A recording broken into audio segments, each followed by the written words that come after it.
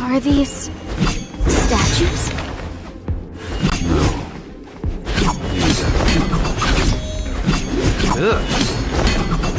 They were probably followers of the god of salt. How did they become this way?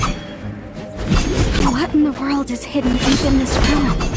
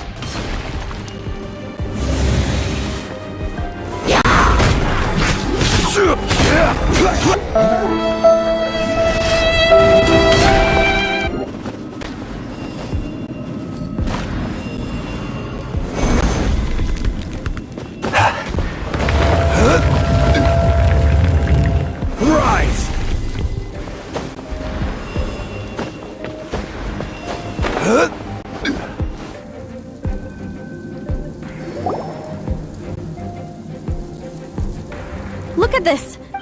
Just looks like a fancy salt holder. Seems like the god of salt was a god lacking in treasure. According to my knowledge, it's no ordinary vessel. Although it is only half full, it is also forever half full. That is to say, it is bottomless. What? You're saying that even if I pour the salt out, the amount inside won't change? Exactly. Able to produce endless salt. The god of salt is powerful indeed. Finally. After all that effort, I just need to pour the endless salt into 1,000 or 10,000 bags. Hey! How can you use a relic of the god of salt for such a shallow pursuit? If Mr. Clement wants this salt chalice, then the next object we find will belong to Miss Wanyan. Of course, as we agreed. But how can anything be worth more than this rare find? Since we have a contract... Then let's move on, shall we?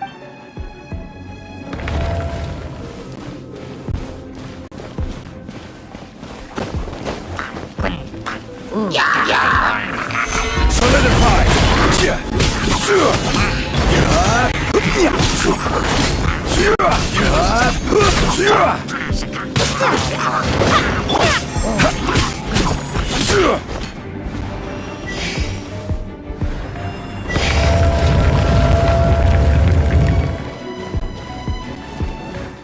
When you stick this ruler in the ground, the surrounding area will become covered in salt.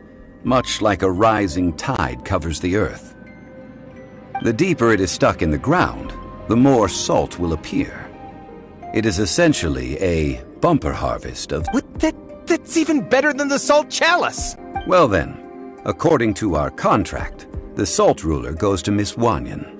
No, unacceptable. I paid for and organized this entire expedition. Why should I get the short end of the stick? And this girl has been useless.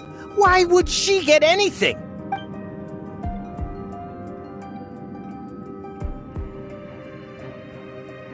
So you are saying you want to break the contract?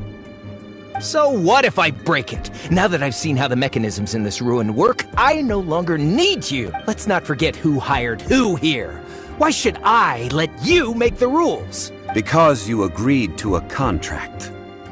Rex Lapis once said, "Ones who break their contracts shall suffer the wrath of the rock." That is one of your Liyue gods. I am from Snezhnaya. Will suffer the wrath of the rock. You may find it rather unpleasant. Rise! Order guide!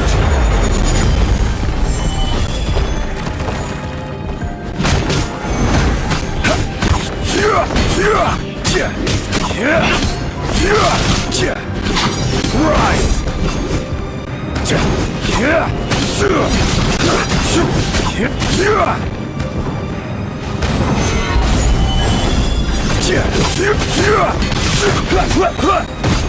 I will have orders.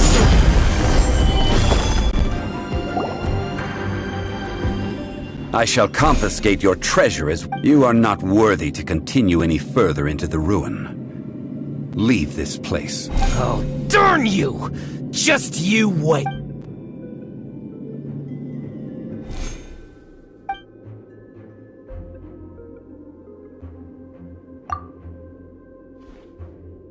Clement's wrongdoing stemmed from greed, yes. But besides greed, there are many other things that may tempt us to break contracts. When people see the object of their dreams, how many are really able to control their desire and follow the contract? I think we should be honest with each other now.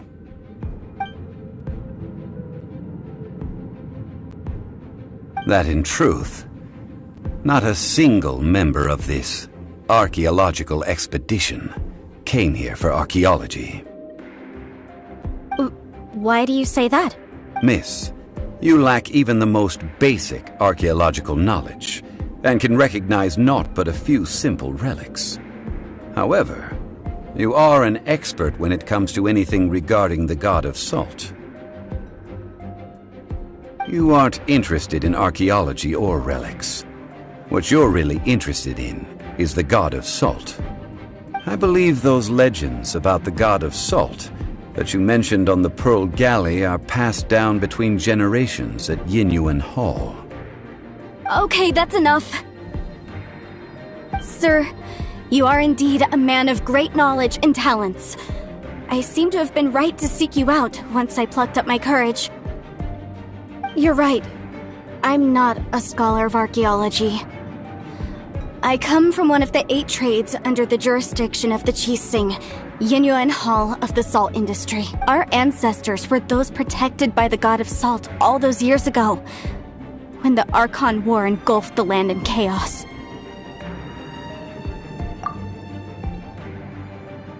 During the war, Morax assassinated our god out of envy for her power. He left us alone and lost in the world. We hate him! But this is Morax's Liyue after all. And its history is written as he wishes. So I seek proof of Morax's guilt. He has blood on his hands and cruelty in his heart. We agreed to a contract that we will face the truth head on, didn't we, Mr. Zhongli? You must judge this history fairly. Naturally, of course. But I must add, Liyue is no longer Morax's Liyue. Come with me. All the answers you seek lie ahead.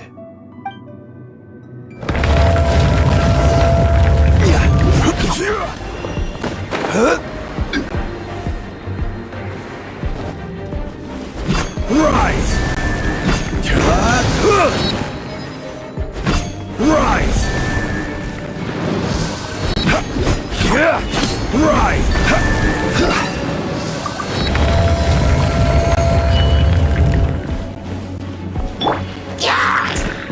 Oz, reveal thyself! Nova, get them! Stabilize!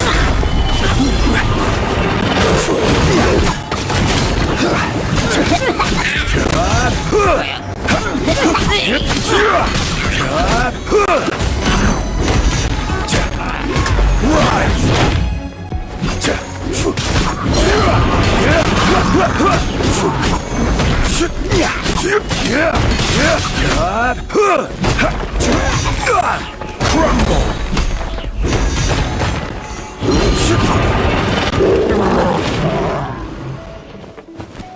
This is order.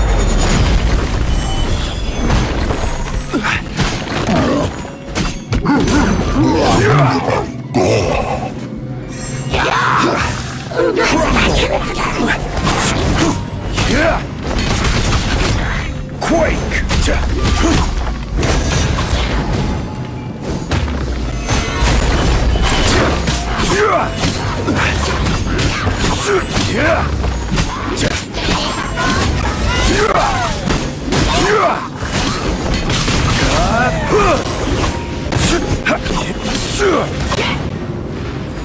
This is order.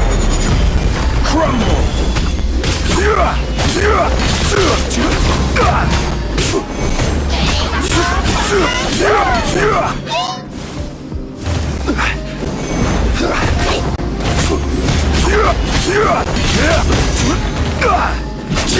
Quake!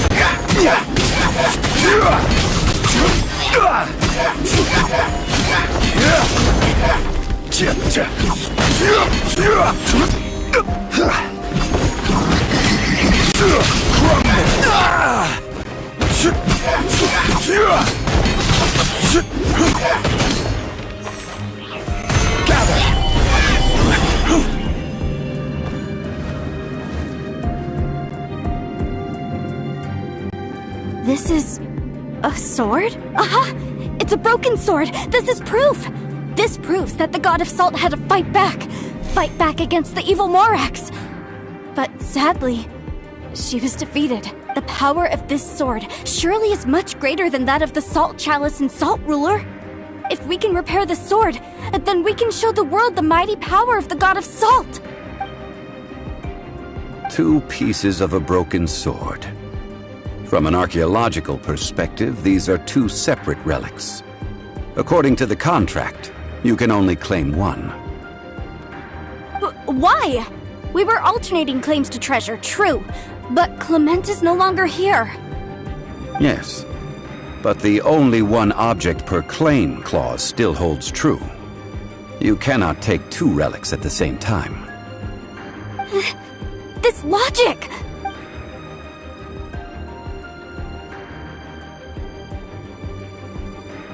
When there's a contract, nothing can be allowed to slide. If the contract is not followed, then it is broken. No! If I only take 1/2, then it can't be repaired, and the power of the God of Salt cannot be restored. No matter what, I must be faithful to her. Even if it breaks the contract, I don't care. So you are already decided? Then there is a price to pay for breaking the contract. That is to say, you consign yourself to suffer the wrath of the rock. That's okay. The God of Salt gave up her life to protect her people. My sacrifice is nothing compared to that. Punish me however you want. Just let me take this proof of my faith. Perhaps that punishment would be easier for her. But, as punishment, I will tell you the truth. Huh? The truth? You mean the truth is my punishment? Yes. The truth that I am about to tell you shall be your price to pay for breaking the contract.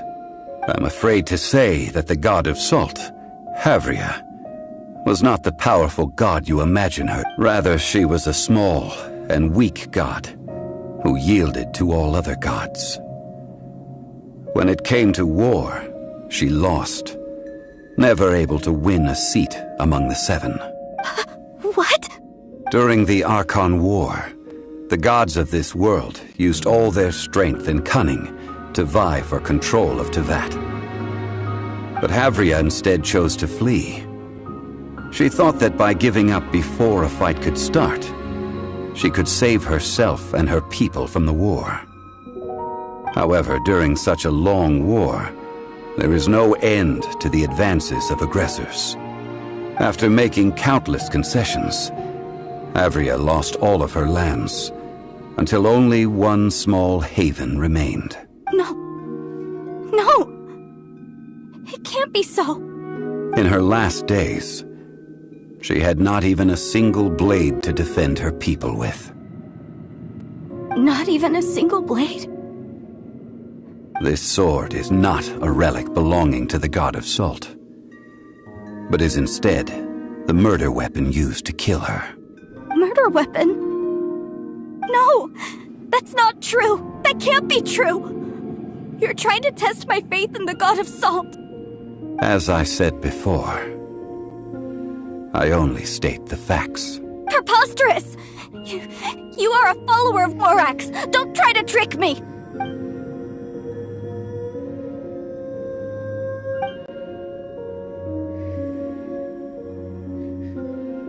Indeed. Otherwise, why would I use the truth as punishment? I did not want to tell her such cruel facts. But the contract was broken. Let's follow her deeper into the ruin. There, I fear, we will find something that will leave her no choice but to face the truth.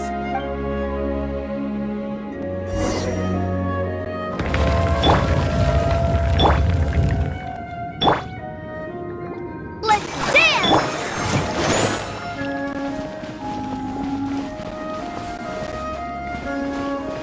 Salt and betrayal.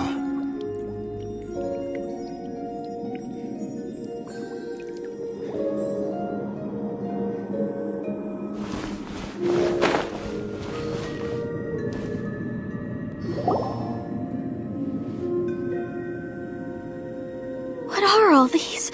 What did they see? What did they do? What happened? Since you do not trust me, let us continue onward.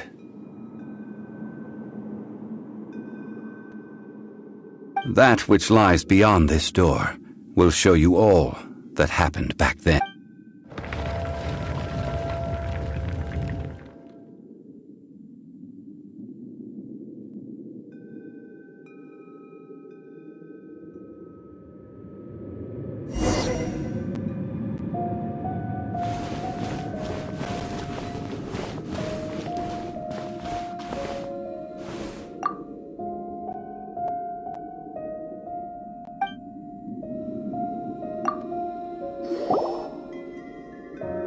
This is the scene of the crime. Havria's body dissipated, leaving nothing but these traces of salt. Her dying moments have since been frozen in time to this very day. The story continues that some among her people realized at last that this gentle, kind, but weak god could never protect anyone in wartime. The Archon War was cruel in the extreme. Instead of consigning her to the agony of defeat, they thought perhaps it would be better to give her a quick release. No matter how weak the god, the power that flows forth when they are slain is beyond the strength of mortal coils to bear. Those who could not flee were thus transformed. Those of her people who were untouched by this disaster left for Liyue, where they sought refuge with Rex Lapis. Their descendants feared Havria's remnants and lived in terror that she had laid upon them an eternal curse. So they risked their lives to come here, to break the sword, and offer up obeisances in hopes that her anger might be appeased. But they need not have done so. For how could a god who had never once resisted, even till the end, nurse hatred for her people in her heart? Even if this is so, I can't! This must be a lie. A false history, all of it!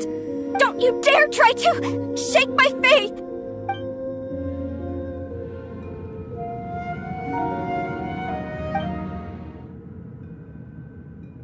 This is the price she must pay.